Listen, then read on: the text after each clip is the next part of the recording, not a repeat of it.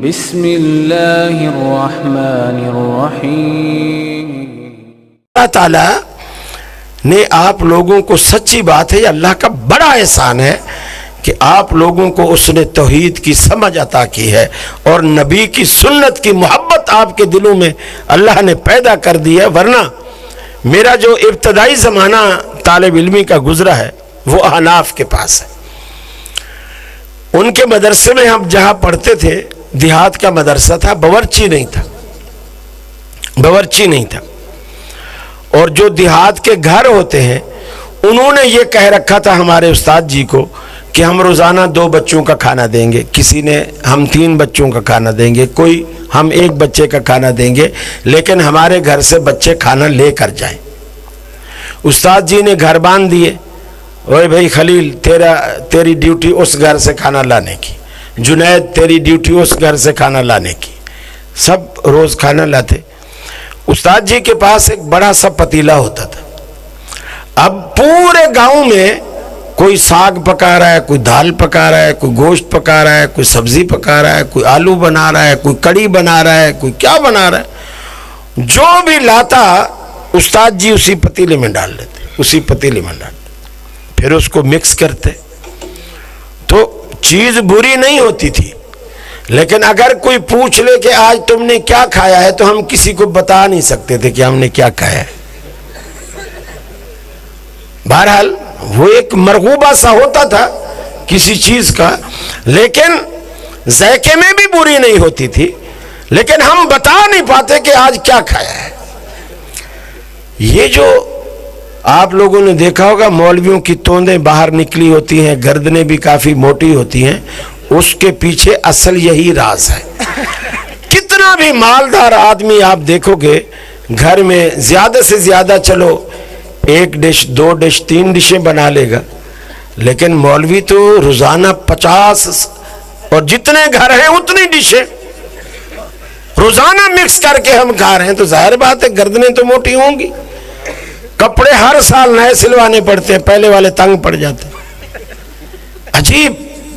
اب ہم دل میں یہ کوشش کرتے اور دعا بھی کرتے کہ یا اللہ کوئی ایسا بندہ بھیج جو ہماری دعوت کرے، بھلے ہمیں آلو کھلائے لیکن ایک چیز کھلائے، یہ مکس جو چیزیں ہیں یہ نہ ہو۔ دل چاہتا ہے نا انسان کا بھلے دال ہو لیکن ایک ہو۔ اور وہ موقع کب آتا تھا؟ جب کسی کے ہاں فوتگی ہوتی تھی، کوئی مرتا تھا، وہ آتے تھے استاد جی کے پاس اور استاد جی کو بولتے کہ 15 طالب علم بھیج دو، آیت کریمہ کا ختم ہے۔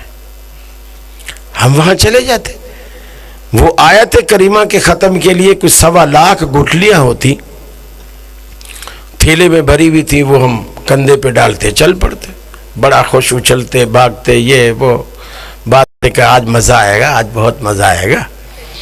وہاں جا کر کے وہ گھر والے سفید چادر بچھا دیتے، ہم وہ تھیلی گٹھلیوں کی اس کے اوپر خالی کر دیتے۔ اب گھر والے بھی ساتھ میں بیٹھے ہوئے پڑھ رہے ہیں، ہم نتھو خیرے کی اماں کو بخشوا رہے ہیں جو فوت ہوئی ہے۔ اب وہ ایک گٹھلی پڑھ رہے ہیں، لا الہ الا انت سبحانک انی کنت من الظالمین۔ اب اتنی دیر ایک گٹھلی پہ لگ رہی ہے، ابھی دوپہر آ گئی، ابھی آدھی ڈھیری بھی مشکل سے خالی ہوئی ہے۔ اب ہم اسے گھر والے سے کہتے کہ بھائی کوئی پانی وانی تو لاؤ، کافی دیر ہوگی، پیاس لگی ہے، پانی وانی لاؤ۔ یقین مانیے میں آپ کو اندر کی بات بتا رہا ہوں، جب وہ گھر والا اس مجلس سے اٹھ کر پانی لینے کے لیے جاتا، ہم سارے طالب علم ایسے چلو بھرتے، لا الہ الا انت سبحانک، لا الہ الا انت سبحانک۔ اب وہ جیسے جگ پانی کا لے کر آیا، ڈھیری ساری خالی، ساری ڈھیری خالی۔ اب وہ جو ہمارا استاد جی ہوتا یا مانیٹر ہوتا جو بھی، وہ بھی کہتا ماشاءاللہ بچوں نے بڑی ہمت کی جی، بس جلدی سے دسترخوان لگاؤ، ابھی ظہر کا ٹائم بھی ہونے والا ہے، پھر اس کے بعد ہماری پڑھائی بھی شروع ہونے والی ہے۔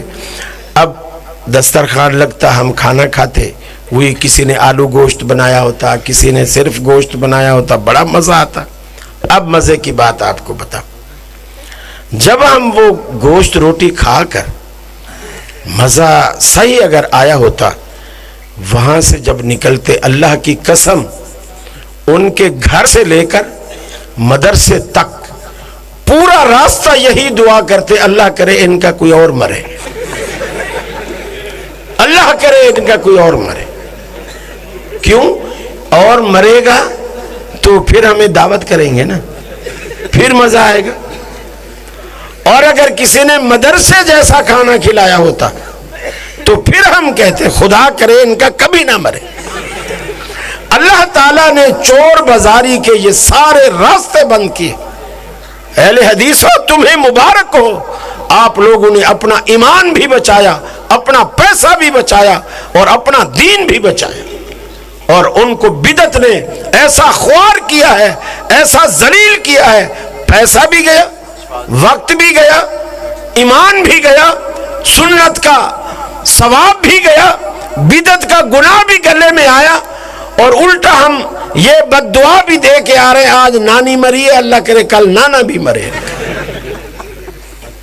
میرے بھائیوں، فرق کرو اصلی اہل سنت میں اور صرف سنی میں یا صرف اہل سنت میں۔